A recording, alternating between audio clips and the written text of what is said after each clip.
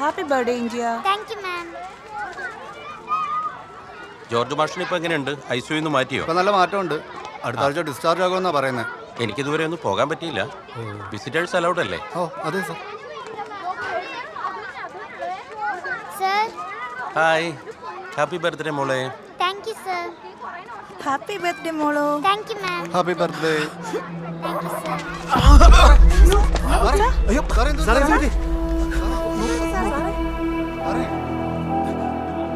എന്താ പറ്റി? കൊണ്ടുപോയാലോ?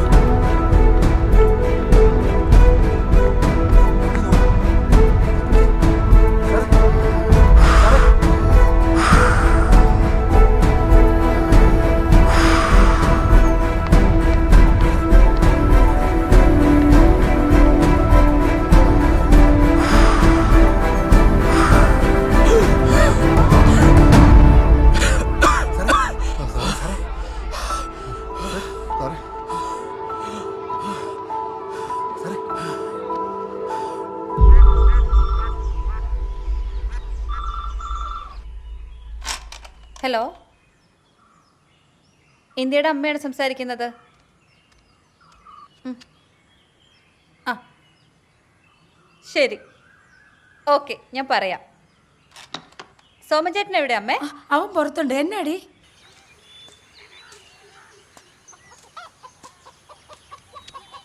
സോമചേട്ടാ,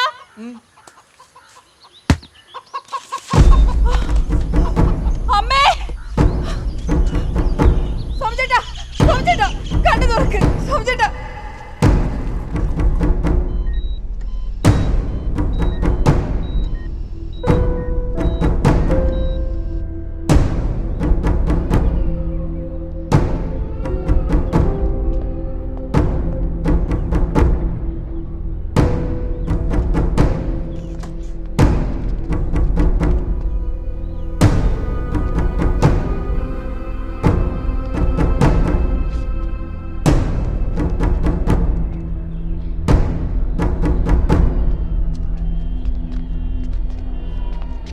മോളിതേലും ഒപ്പിട്ടെ. എന്നാത്തിനാ? സോമനെ വെന്റിലേറ്ററിലേക്ക് മാറ്റുമെന്നാ പറയുന്നത്.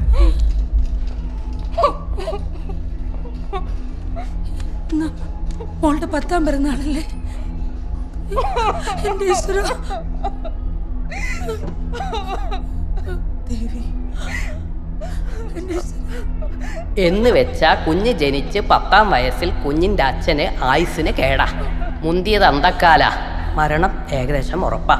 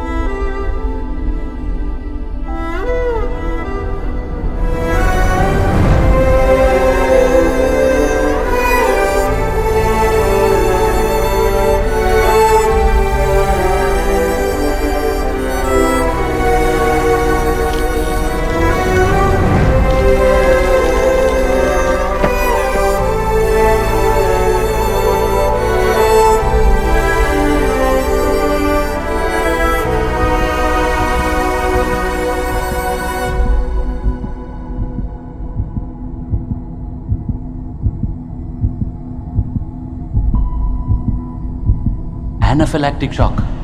മനുഷ്യന് മനസ്സിലാകുന്ന ഭാഷ പറ. പനിയും ശരീരവേദനയായിട്ടാണ് ഇയാൾ വന്നത്.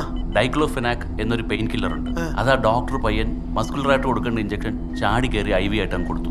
അതും ടെസ്റ്റ് ഡോസ് പോലും എടുക്കാതെ. എന്ന് വെച്ചാ മസിലിൽ കുത്തേണ്ടത് ഞരമ്പി കുത്തി ഇങ്ങനെയൊക്കെ പറ്റും. MBBS പോലും പാസ്സാവാതെ ജനറൽ പ്രാക്ടീസിന് വരുന്ന എക്സ്പീരിയൻസ് ഇല്ലാത്തവരെ കാശിലാവാൻ നോക്കി ചികിത്സിക്കാൻ വിടുമ്പോൾ ഇതിനപ്പുറം പറ്റും. ഇതിലപ്പുറം ഇനി എന്നാ സംഭവിക്കാനാ? ഇനി നമ്മൾ എന്ത് ചെയ്യും? അതേ താറാവിന് വരുന്നൊരു ദീനത്തിന് എന്തുവാ പറയുന്നേ? H5N1. താറാപ്പനി, അത്രയും മതി. ഇവന് വന്നത് താറാവ് പനി. താൻ എൻ്റെ കൂടെ നിന്ന് തന്നാൽ മാത്രം മതി. അതിന് വൈറോളജി ലാബിൽ നിന്ന് രോഗം കൺഫേം ചെയ്ത സർട്ടിഫിക്കറ്റ് ഒക്കെ വേണം. ഓ, കണ്ടം പോലെ കിടന്ന ഈ സ്ഥലത്ത് നിന്ന് ഒരു കടലാസും കിടുതാപ്പും ഒന്നുമില്ലാതെയാ കെട്ടിടവും സെറ്റപ്പും ഒക്കെ കെട്ടിപ്പൊക്കിയത് ഈ മൈസൂരാൻ. പിന്നെയാ ഈ സൂക്കേടിന്റെ ഒരു സർട്ടിഫിക്കറ്റ്.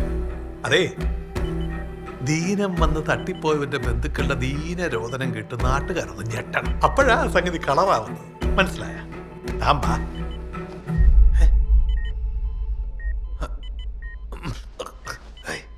കുഴപ്പമില്ല, അൺകോൺഷ്യസാ.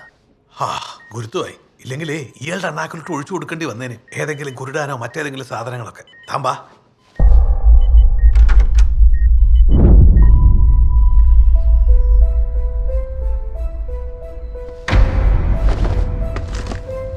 ചന്തുവിന്റെ ഘാതകരെ അറസ്റ്റ് ചെയ്യുക. മൈസൂരാനെ കൂട്ടാളികളെ അറസ്റ്റ് ചെയ്യുക. വ്യാജ ഡോക്ടർക്കെതിരെ നിയമ നടപടികൾ സ്വീകരിക്കുക. ചന്തുവിന്റെ ഘാതകരെ അറസ്റ്റ് ചെയ്യുക. മൈസൂരാനെ കൂട്ടാളികളെ അറസ്റ്റ് ചെയ്യുക. വ്യാജ ഡോക്ടർക്കെതിരെ നിയമ നടപടികൾ സ്വീകരിക്കുക. മൈസൂരാനെ കൂട്ടാളികളെ അറസ്റ്റ് ചെയ്യുക. മരണത്തിന്റെ വ്യാപാരികളെ അറസ്റ്റ് ചെയ്യുക. മരണത്തിന്റെ വ്യാപാരികളെ അറസ്റ്റ് ചെയ്യുക. മരണത്തിന്റെ വ്യാപാരികളെ അറസ്റ്റ് ചെയ്യുക. വ്യാജഡോക്ടർക്കെതിരെ നിയമ നടപടികൾ സ്വീകരിക്കുക. നമ്മളേറെ ചർച്ച ചെയ്യപ്പെട്ട ചന്തു എന്ന യുവാവിന്റെ മരണം വഴിത്തിരിവിലേക്ക്. സോമൻ എന്ന കൃഷി ഓഫീസറുടെ നിശ്ചയദാർഢ്യവും വ്യത്യസ്തമായ സമരമുറകളും ഇവിടെ വിജയത്തിലേക്ക് നീങ്ങുന്ന കാഴ്ചയാണ് നമ്മളിപ്പോൾ കണ്ടുകൊണ്ടിരിക്കുന്നത്. ജോർജ് തോമസ് എന്ന വ്യക്തിയുടെ സാക്ഷിമൊഴിയിൽ നിന്ന് ആരംഭിച്ച കേസ് പിന്നീട് കൂടുതൽ തെളിവുകളുടെ പിൻബലത്തോടുകൂടി വളരെ കരുത്താർജിച്ചു എന്നാണ് അറിയാൻ കഴിഞ്ഞത്. ചന്തുവിന്റെ മരണം പക്ഷിപ്പനി മൂലമാണെന്നുള്ള ധാരണയിൽ മുന്നോട്ട് പോയ കേസ് സോമൻ എന്ന കൃഷി ഓഫീസറുടെ ശക്തമായ ഇടപെടൽ മൂലം അത് ആശുപത്രി ജീവനക്കാരുടെ മെഡിക്കൽ നെഗ്ലിജൻസ് കാരണമാണ് സംഭവിച്ചത് എന്നാണ് ഇപ്പോൾ ലഭിക്കുന്ന വാർത്ത. ഇത് മൈസൂരൻ എന്ന രാഷ്ട്രീയക്കാരനിലേക്കും അയാളുടെ അനുയായികളിലേക്കും അന്വേഷണം നീളുമെന്നാണ് ഇപ്പോൾ നമുക്ക് അന്വേഷണ ഉദ്യോഗസ്ഥരിൽ നിന്നും അറിയാൻ സാധിച്ചിരിക്കുന്നത്. കേസിനാസ്പദമായ മൊഴി രേഖപ്പെടുത്തുന്നതിനായി ജോർജ് തോമസിനൊപ്പം സോമനും നെടുമുടി പോലീസ് സ്റ്റേഷനിൽ എത്തിച്ചേർന്നിട്ടുണ്ട്. നമുക്ക് എന്തായാലും കൂടുതൽ വിശദാംശങ്ങളിലേക്ക് കടക്കാം. സർ, ഈ ഒരു അവസരത്തിൽ സാറിന് എന്താണ് പറയാനുള്ളത്? അല്ല, ഇവന്മാർ ഒരു കാരണമില്ലാതെ ജോർജ് മാഷിനെ 2 ദിവസം ICUവിൽ പിടിച്ച് കിടത്തിക്കൊണ്ട് മാത്രമാണ് ഞാൻ ഈ കാര്യങ്ങൾ അറിഞ്ഞത്. ഇവരുടെ തെറ്റ് തന്നെയാണ് ഇവർക്ക് വിനയായത്. പിന്നെ ഇവർ വിശ്വസിച്ചിരുന്നത് ഇവരെന്ത് ചെയ്തു കഴിഞ്ഞാലും ഒരാളും പ്രതികരിക്കാൻ വരില്ല എന്നുള്ള ഒരു കാര്യത്തിൻ്റെ അടിസ്ഥാനത്തിലാണ് ഇവരിത് മുഴുവൻ കാണിച്ചുകൊണ്ടിരുന്നത്. പിന്നെ ഞാനൊരാൾ മാത്രം വിചാരിച്ചു കഴിഞ്ഞാൽ ഈ നാടൊന്നും നന്നാൻ പോകുന്നില്ല. അതിനെല്ലാവരും സാറിനെ വേണം, പ്രത്യേകിച്ച് മീഡിയക്കാരുടെ. അല്ലാതെ രാഷ്ട്രീയക്കാരിരുന്ന് എച്ചിൽ വാങ്ങിയിട്ട് അവർക്ക് വേണ്ടി വാർത്തകളും ചർച്ചകളും സംഘടിപ്പിക്കുകയല്ല മീഡിയ ചെയ്യേണ്ടത്. നമ്മൾ അന്യായം എവിടെ കണ്ടു കഴിഞ്ഞാലും നമ്മൾ ജാതിയോ മതമോ വലിപ്പമോ ചെറുപ്പമോ രാഷ്ട്രീയമോ നോക്കാതെ പ്രതികരിക്കാൻ വേണ്ടി തയ്യാറായി മുന്നോട്ട് വരണം, പ്രത്യേകിച്ച് നിങ്ങൾ മീഡിയക്കാർ. എനിക്ക് കൂടുതലായിട്ടൊന്നും പറയാനില്ല. Thank you.